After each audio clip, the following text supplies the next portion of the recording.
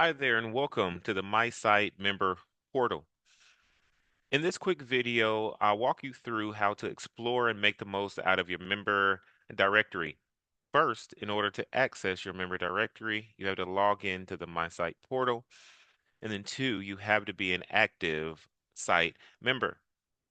You can find the member directory in two different areas within the mySITE member portal. You can choose the option from the membership tab here that directs you to the member directory. Or if you scroll down on the landing page, you can view it here as well. So this time I'll choose a button on the landing page.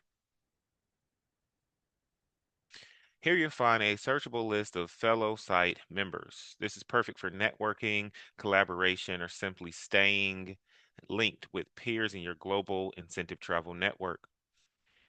If you want to view all active members, do not fill out any of the search options here. Rather, select search at the bottom of the page and it'll populate all active site members. The more customized filters you put in, of course, the more customizable your results. So you can search by name, company, location, industry segment, or site chapter. So in this case, I'll do a search for Dallas Lions.